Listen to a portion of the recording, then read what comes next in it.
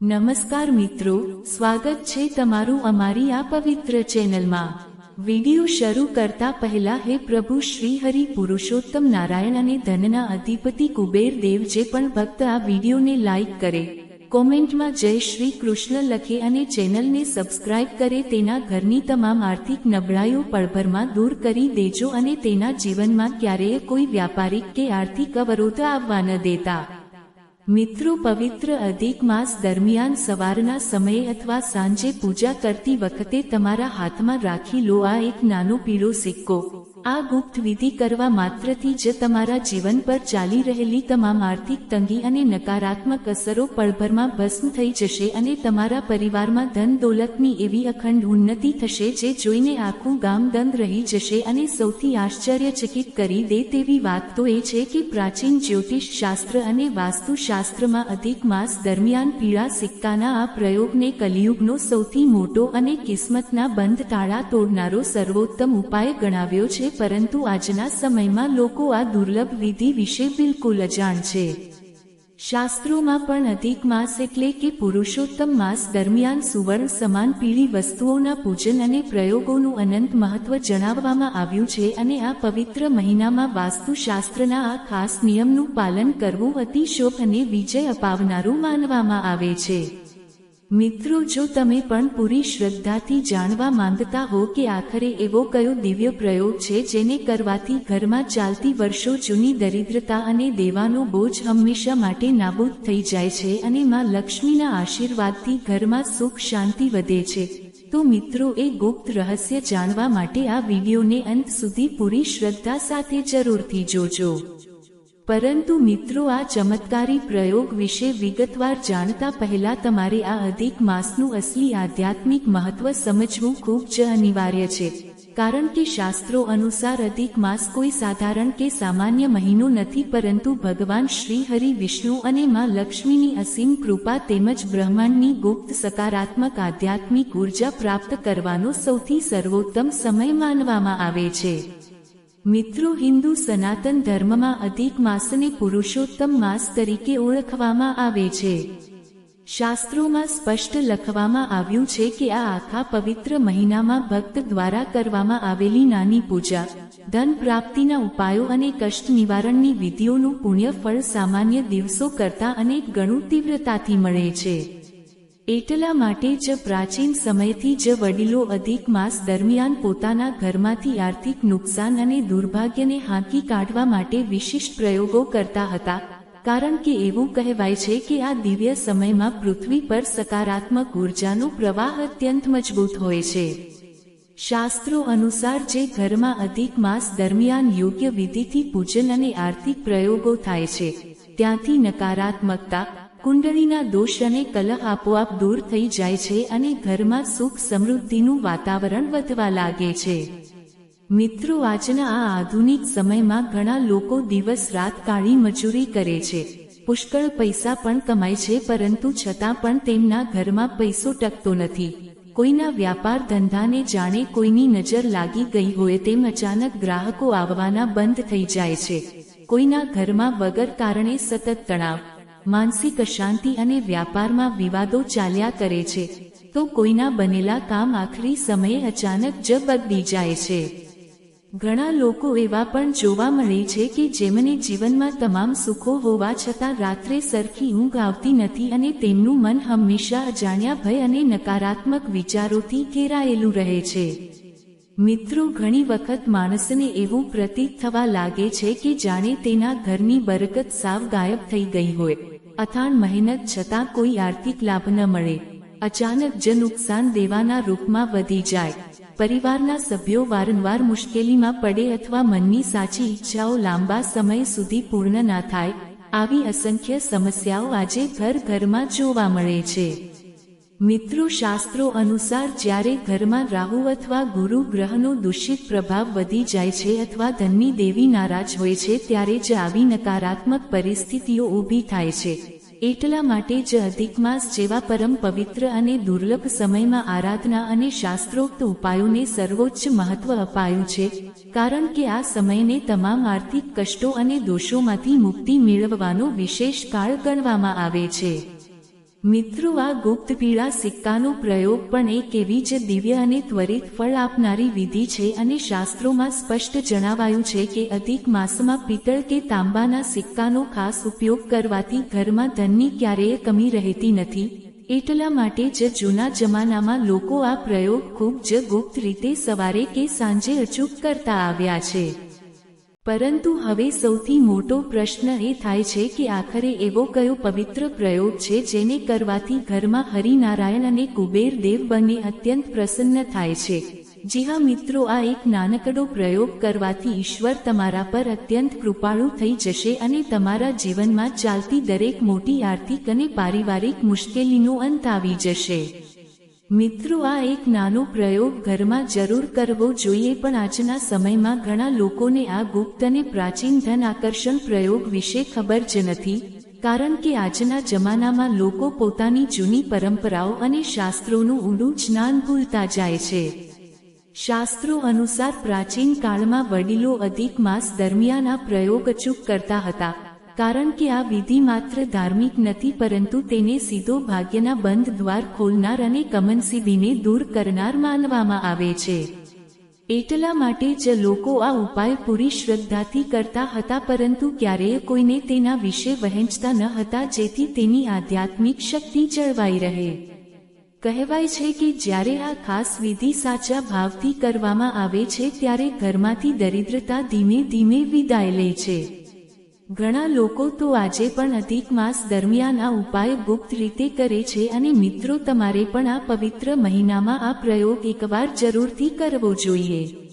મિત્રો, હવે આગળ હું તમને આપણા શાસ્ત્રોમાં વર્ણવેલી એક એવી પ્રાચીન અને રહસ્યમય કથા જણાવવાની છું જેમાં આ પ્રયોગના ચમત્કારી અને દિવ્ય મહત્વ વિશે સુંદર વર્ણન મળે છે. ઘણા વર્ષો પહેલા એક નાનકડા નગરમાં એક અત્યંત સદાચારી પણ વ્યાપારમાં બરબાદ થઈ ગયેલો વ્યક્તિ પોતાના પરિવાર સાથે નાની ઝૂંપડીમાં રહેતો હતો. તેના ઘરની આર્થિક પરિસ્થિતિ એટલી હદે ખરાબ હતી કે દેવાદારો રોજ તેના ઘરની બહાર આવીને ઊભા રહેતા હતા અને તેને માનસિક ત્રાસ આપતા હતા. તે વ્યક્તિ આખો દિવસ મહેનત કરતો, પ્રામાણિકતાથી કામ કરતો, છતાં પણ તેના વ્યાપારને જાણે કોઈએ બાંધી દીધો હોય તેમ એક પણ રૂપિયાની બચત થતી ન હતી.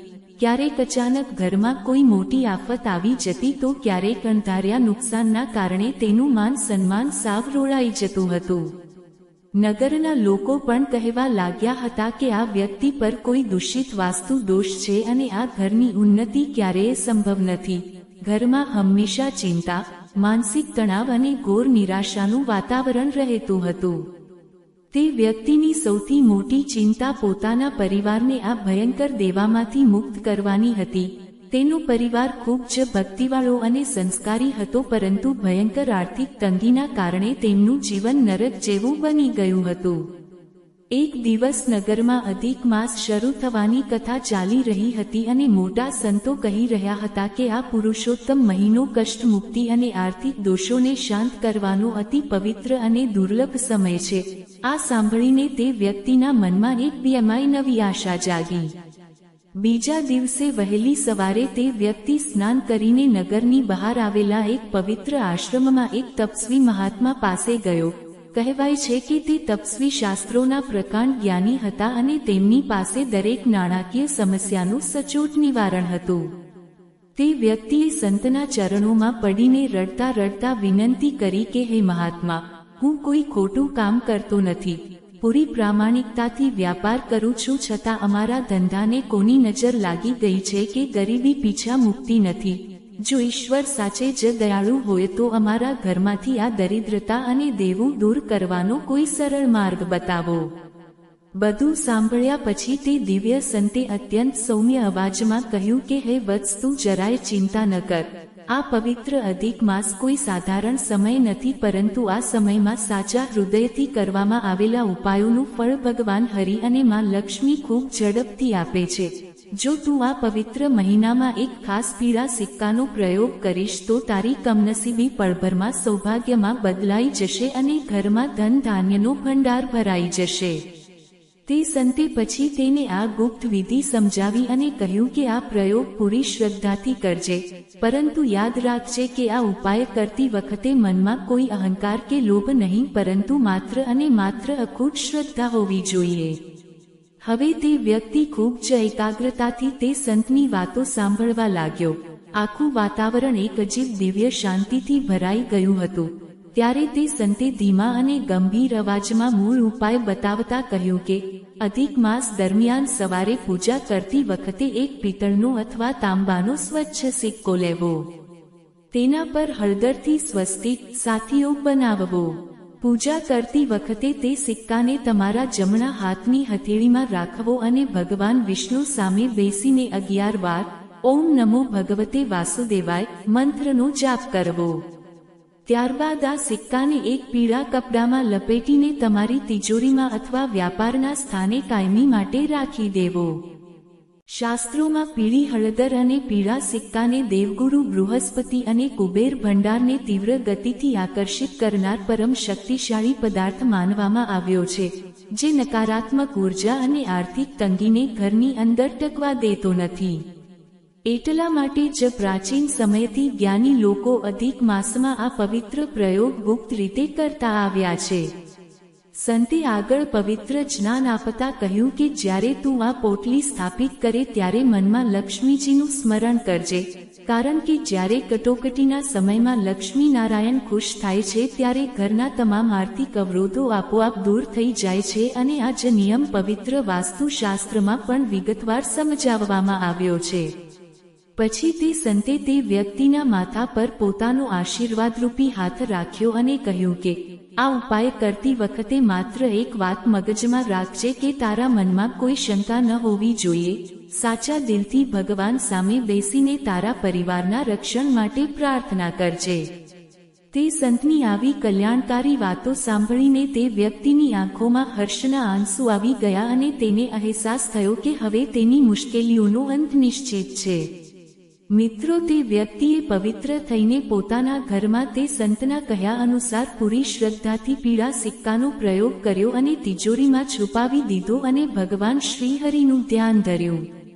ત્યારબાદ તેણે 11 વખત મંત્રનો જાપ કરીને પોતાના પરિવારની રક્ષા માટે વિનંતી કરી. મિત્રો, કહેવાય છે કે બરાબર તે દિવસ પછી ધીમે ધીમે તેમના ઘરમાં અદ્ભુત બદલાવ આવવા લાગ્યા. જે ઘરમાં હંમેશા કલેશ અને આર્થિક તંગી રહેતી હતી ત્યાં હવે પરમ શાંતિ અને ધનનો પ્રવાહ શરૂ થયો. તે વ્યક્તિના વ્યાપારમાં અચાનક જ ગ્રાહકોની ભીડ થવા લાગી. જૂના તમામ દેવામાંથી મુક્તિ મળી અને વ્યાપારમાં અચાનક જ મોટો નફો મળવા લાગ્યો. ઘરમાંથી દરિદ્રતા સાવ દૂર થઈ ગઈ અને પરિવારના સભ્યો વચ્ચે પ્રેમ વધવા લાગ્યો. જોતજોતામાં તેનું આખું જીવન બદલાઈ ગયું. જે લોકો પહેલા તેને ગરીબ જોઈને મોઢું ફેરવી લેતા હતા તેઓ હવે નગરમાં માન સન્માન આપવા લાગ્યા અને આખું નગર કહેવા લાગ્યું કે આ ઘર પર હવે સાક્ષાત હરિ વિષ્ણુની મોટી કૃપા વરસી છે. તે વ્યક્તિ અને તેનો પરિવાર સારી રીતે સમજી ગયા હતા કે આ કોઈ જાદુ નથી, પરંતુ સાચી શ્રદ્ધા, પવિત્ર ભક્તિ અને શાસ્ત્રોક્ત ઉપાયના મહાત્મ્યનું અદ્ભુત ફળ હતું. મિત્રો, આપણા પવિત્ર શાસ્ત્રોમાં પણ સ્પષ્ટ જણાવાયું છે કે અધિક માસ દરમિયાન પીળી વસ્તુઓનો પ્રયોગ કરવો સર્વોત્તમ છે. ખાસ કરીને સવારના સમયે આ પ્રયોગ કરવો અતિ ઉત્તમ અને ફળદાયી માનવામાં આવે છે. પૂજા કરતી વખતે શુદ્ધ મન રાખવું, ઈશ્વરનું સ્મરણ કરવું અને ત્યારબાદ 11 વખત વિષ્ણુજીનું નામ લેવું, આ ક્રિયાઓ નસીબના બંધ તાળા ખોલી નાખે છે. મિત્રો, હવે ઘણા લોકોના મનમાં એ જિજ્ઞાસા થતી હશે કે આખરે પીળો સિક્કો જ કેમ વાપરવામાં આવે છે. તો શાસ્ત્રોમાં પિત્તળ અને હળદરને સકારાત્મક ઉર્જાનો પુંજ અને ધન ધાન્ય વધારનાર પદાર્થ માનવામાં આવ્યો છે, જે ઘરમાં ક્યારેય કોઈ અશુભ શક્તિ કે ધનની અછત થવા દેતો નથી. પરંતુ મિત્રો, એક પરમ સત્ય હંમેશા યાદ રાખવું ખૂબ જ જરૂરી છે કે માત્ર બાહ્ય ઉપાય કરવાથી જ જીવન નથી બદલાતું. શાસ્ત્રોમાં સ્પષ્ટ લખ્યું છે કે ઈશ્વરીય કૃપા મેળવવા માટે મનુષ્યના કર્મો અને વાણી પણ એટલા જ પવિત્ર હોવા જોઈએ. જો કોઈના મનમાં ખોટ, કપટ, અહંકાર કે બીજાનું અહિત કરવાની ભાવના હશે તો ગમે તેવા મોટા ઉપાયોનું પણ કોઈ ફળ મળતું નથી. ઘરમાં સકારાત્મક વાતાવરણ રાખવું, માતા પિતા અને વડીલોનું દિલથી સન્માન કરવું, પરોપકાર કરવો અને ઈશ્વરમાં અડગ શ્રદ્ધા રાખવી એ જ સાચી પૂજા છે, કારણ કે ભક્તિનો સાચો અર્થ માત્ર વિધિ વિધાન નથી પરંતુ ઉમદા વિચારો અને સત્કર્મ છે. જ્યારે મનુષ્ય સાચા હૃદયથી ઈશ્વરનું શરણ લે છે ત્યારે આખું બ્રહ્માંડ તેનું કલ્યાણ કરવા માટે તત્પર થઈ જાય છે. તો મિત્રો, જો તમે પણ હૃદયથી ઈચ્છતા હોવ કે આ પવિત્ર અધિક માસ દરમિયાન ભગવાન વિષ્ણુ અને માં લક્ષ્મીની અખંડ કૃપા તમારા પરિવાર પર સદાય બનેલી રહે, તો આ નાનો પણ અચૂક પીળા સિક્કાનો ઉપાય પૂરી શ્રદ્ધા સાથે એકવાર જરૂરથી કરજો અને મિત્રો, કોમેન્ટ બોક્સમાં પૂરા ભક્તિભાવ સાથે જય શ્રી કૃષ્ણ અચૂક લખજો.